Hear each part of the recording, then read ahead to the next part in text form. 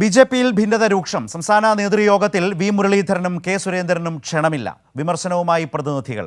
നേരത്തെ തൃശൂരിൽ ചേർന്ന യോഗത്തിലും ഇരു നേതാക്കളെയും ക്ഷണിച്ചിരുന്നില്ല. കേന്ദ്ര നേതൃത്വം ഇടപെട്ടാണെന്ന് പ്രശ്നം പരിഹരിച്ചത്. വിശദാംശങ്ങളുമായി ഇപ്പോൾ പി വി കുട്ടൻ ചേരുന്നു. കുട്ടൻ, എന്താണ് പുതിയ സാഹചര്യം? വീണ്ടും തുടർച്ചയായി ഇവരെ നേതൃയോഗങ്ങളിൽ വിളിക്കാതിരിക്കുന്ന ഒരു നിലയാണോ ഇപ്പോൾ കേരളത്തിലെ ബി.ജെ.പിക്കുള്ളിൽ?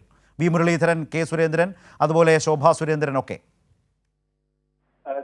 തദ്ദേശ സ്ഥാപനങ്ങളിലേക്കുള്ള തെരഞ്ഞെടുപ്പുമായി ബന്ധപ്പെട്ട നിർണായക കാര്യങ്ങൾ ചർച്ച ചെയ്യുന്നതിന് വേണ്ടിയാണ് ഇന്ന് ബി.ജെ.പിയുടെ സംസ്ഥാന നേതൃയോഗം തിരുവനന്തപുരത്തെ ബി.ജെ.പി ആസ്ഥാനത്ത് ചേർന്നത്.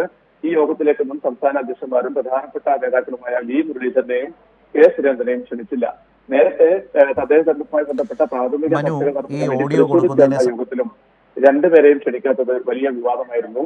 പിന്നീട് കേന്ദ്ര നേതൃത്വം ഇടപെട്ടാണ് പ്രശ്നം പരിഹരിച്ചത്. എന്നാൽ വീണ്ടും ഈ യോഗത്തിൽ മുതിർന്ന നേതാക്കളെ വിളിക്കാത്തതിനെ പറ്റി യോഗത്തിൽ രൂക്ഷമായ വിമർശനമാണ് വരുന്നത്. ഗ്രൂപ്പ് ഭേദം തന്നെയാണ് ശക്തമായ വിമർശനങ്ങൾ വരുന്നതെന്നാണ് നമുക്ക് ലഭിക്കുന്ന വിവരം. T Krishnakumar, P Sudheer, V V Rajesh, K Ranjith തുടങ്ങിയ നേതാക്കന്മാർ മുൻ സംസ്ഥാന അധ്യക്ഷന്മാരെ മാറ്റി നിർത്തിയത് ചോദ്യം ചെയ്തു.